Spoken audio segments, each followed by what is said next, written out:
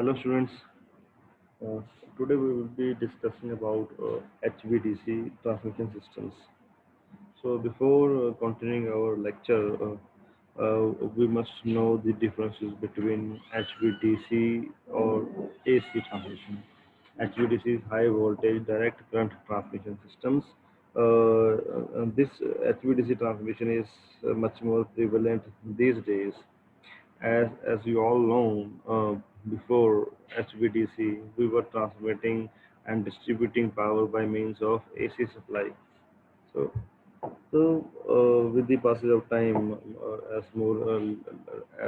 more and more technologies are advancing, so more and more methods of transmitting and distributing the power are coming into picture.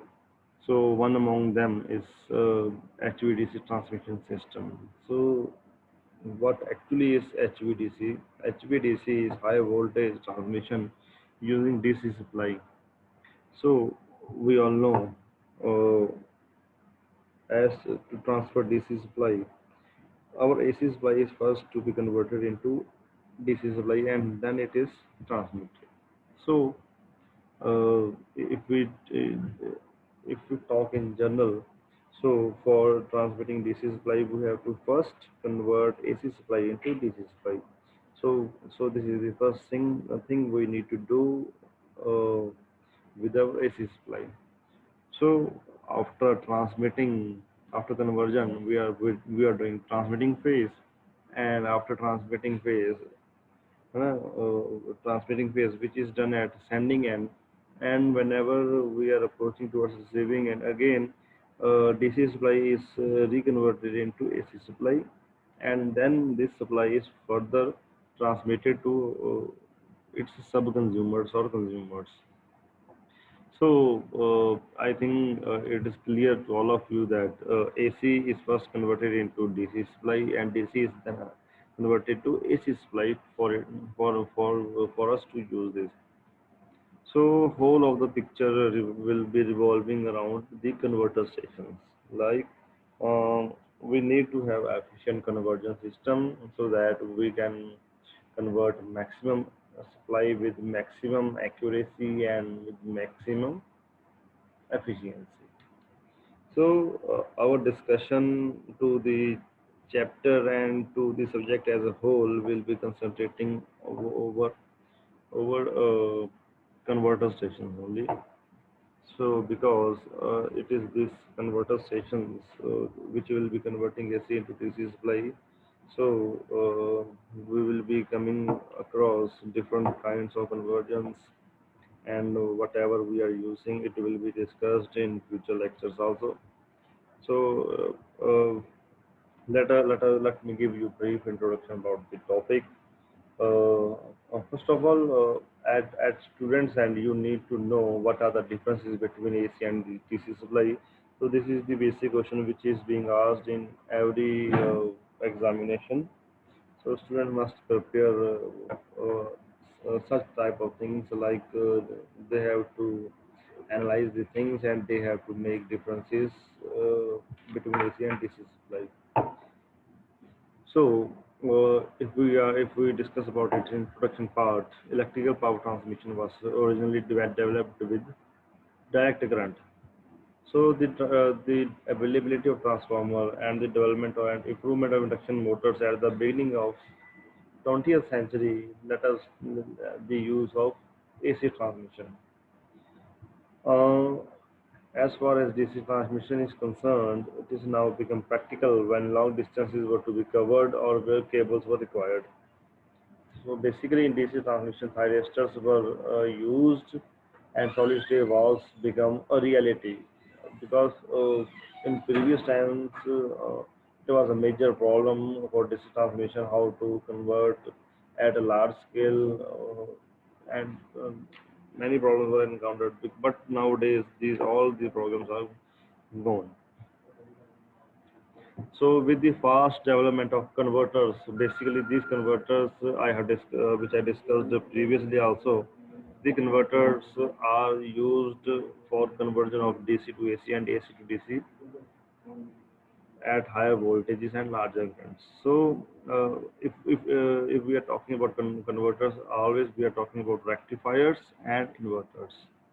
So DC transmission is a major factor in planning of the power transmission. In the beginning, all HVDC schemes were using mercury arc valves, invariably single phase in construction, or in terms of low voltage polyphase units used for industrial applications. So with today the highest functional DC voltage is 600 kV DC supply, which is being used as transmission, and which has now become an integral part of the delivery of electricity in many countries throughout the world. There are few countries also which have uh, shifted towards DC supply only. They are not doing anything in AC supplies. They are basically doing the distribution transmission parts with DC transmission only. So for again to add to our lecture, we need to know economic aspects of DC supply also. So we need to know the merits of transmission and of AC and DC, and both should be compared based upon various factors. So there are certain parameters and factors upon which AC and DC supplies are compared. So one of the factors is economics of transmission. Second one is technical performance, and third one is reliability. For economics of transmission, we will be focusing towards the cost of equipment, cost of conversion, and in AC supply, we will be talking about various things like protection equipments also. So considering and taking into mind those economic aspects, we will be making differences between AC and DC transmission, which one is better. So second one is technical performance, how well you can transmit or convert AC supply to DC supply, and what amount of losses or what amount of faults you are having using DC supply. So these are all will be covered in technical performance. And reliability, of course, the main point while discussing and while giving comparison between AC and DC transmission is reliability part.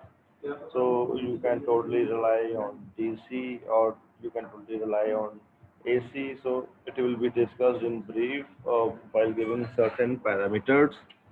So let us now first consider about economics of power transmission.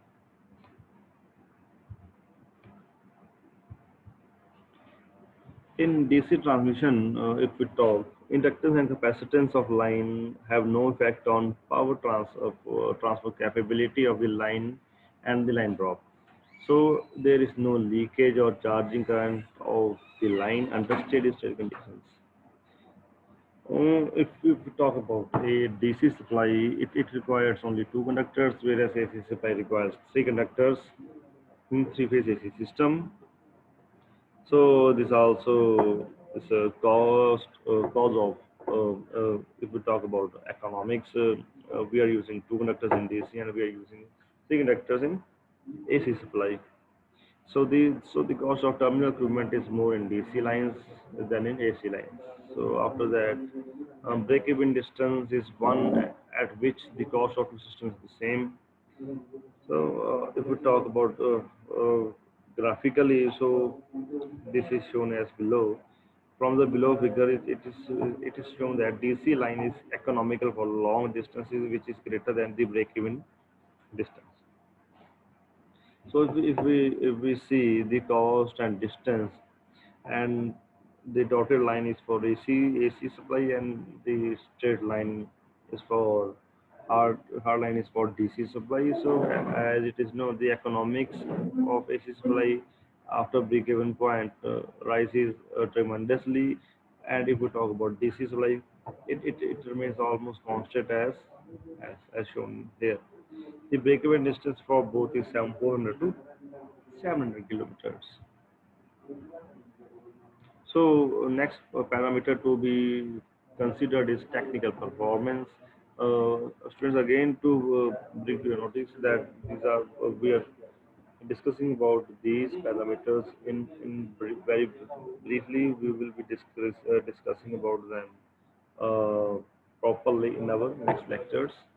So, if we talk about technical performance, so due to its fast controllability, so one thing to be added on the DC transmission system is its fast controllability as compared to AC transmission. So okay, this is the point to be noted. So fast controllability. A DC transmission has full control over transmitted power and an ability to enhance transients and dynamic stability as associated with AC networks, and this thing can limit fault currents in DC lines. Furthermore, DC transmission has overcome some of the following problems associated with the AC transmission line. So, first one among them is stability limits. The power transfer in an AC line is dependent on the difference between the line phase voltage at the two line ends. For a given power transfer level, this angle increases with distance, so maximum power transfer is limited by considerations of steady state and transient stability. The power carrying capability of AC lines is inversely so the maximum power transfer is limited by consideration of steady state and transient stability.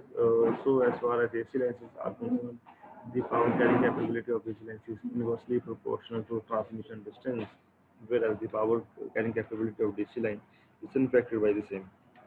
So larger the distance, as we talk about the AC supply, nothing, no type of thing happens in DC supply. So we can say DC are more stable than AC. So this is a diagram of power versus distance. So when distance increases, the power remains the same in terms of DC supply. And if we talk about AC supply, after certain distance, the power drops, so it has to be boosted up again and again. So to maintain that power level, as you can see here, the power difference between AC and DC is much more, and this is a major factor to be considered while shifting to from AC to DC supply. So other thing to be considered is voltage control. So DC supply offers smooth voltage control as far as AC supply is concerned. Voltage control in AC lines is complicated by line charging and voltage drops. So we have discussed these in our previous semesters also. So the voltage control is complicated by line charging and voltage drops. The voltage profile in AC line is relatively flat for a fixed level of power transfer. So of whole, if we analyze the things, so we can come to the conclusion that the voltage control is much more easy and much more smoothly in DC transmission system. So second, another factor to be considered is line compensation.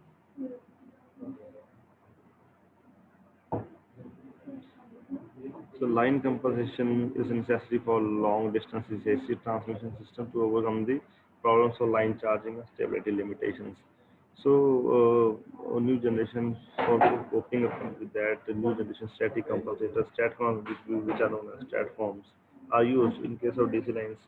Such compensation is not used. So STATCOMs, the cost of STATCOMs is pretty high as far as AC are concerned. So in case of DC, no such STATCOMs are required.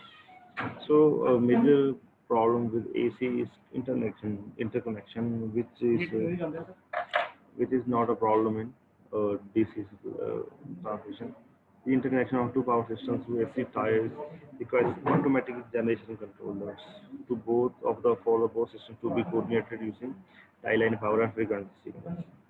So with even with the coordinated control of interconnected systems, the ties can be problematic due to certain reasons. So some of these are presence of large power oscillations, which can lead to frequent tripping.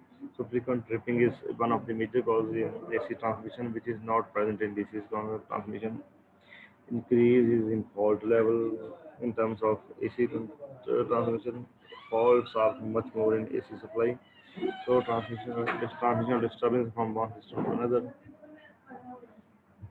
So some other are ground impedance also. So DC supply has certain disadvantages also.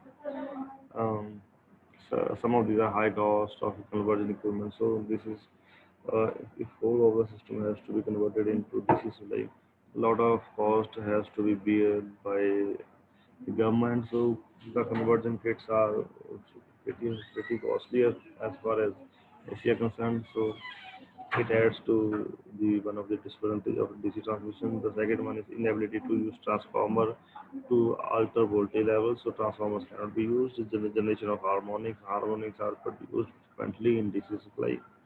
So other requirement of directive powers also. So these things, if we can neglect these things, so DC supply is better than AC supply. So there are certain equations for energy availability. So it is 100 times of 1 minus equivalent outage time percentage for percentage thing. Transient, if we have to calculate transient reliability, it is given as 100 multiplied by number of times HVDC system performed as designed divided by number of recordable AC faults. So these are things to be considered while shifting from AC to DC supply. So a lot of applications are there for DC transmission system. We will be discussing those in our next lecture. But after completion of this lecture, the students must be able to differentiate between AC and DC supply, and they must also be able to differentiate which is better from AC or DC and why. So these are the certain questions which will be asked in your examination systems. So students will be discussing a lot in our next lecture. Thank